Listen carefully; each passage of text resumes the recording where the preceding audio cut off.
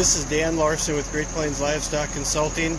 This morning I'd like to share with you a few tips for making sure that your MGA synchronization program works well for your heifers. The MGA synchronization program is very simple. As long as the animals get MGA, the MGA program works. In my opinion, there's 3 steps that we need to accomplish to make sure that this happens. The first is to make sure that we have the appropriate amount of MGA getting to those heifers.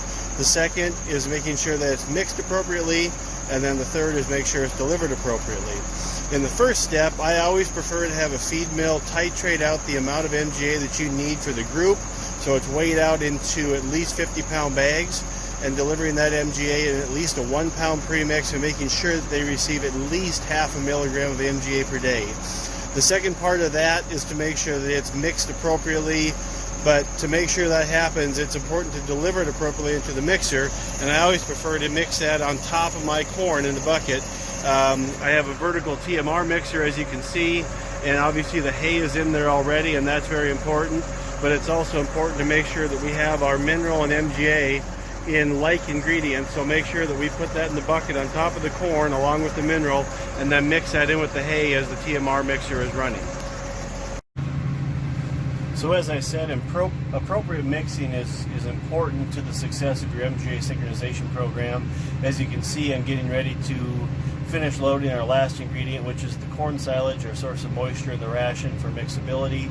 After I get the last ingredient in, it's essential and probably more important in a vertical mixer, as it takes a little longer to make sure that mixes adequately, to give that mixer at least 7 to 8 minutes to mix after the last ingredient goes in. Rest assured, I'm going to do that. I'm not going to take a 7 or 8 minute video of the mixer mixing.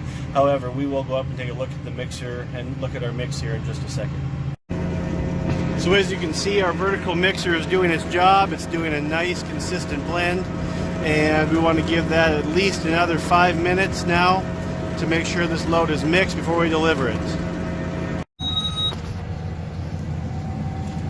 So the third and perhaps most important part of ensuring a successful MGA synchronization program is limit feeding.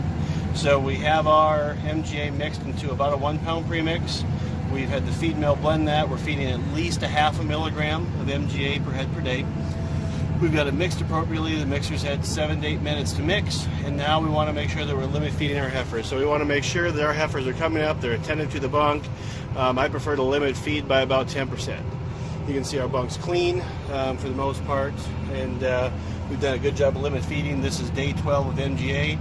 So again, we have limit fed those heifers about 10% to make sure that they're hungry and that they're cleaning that drug up that we're providing to them.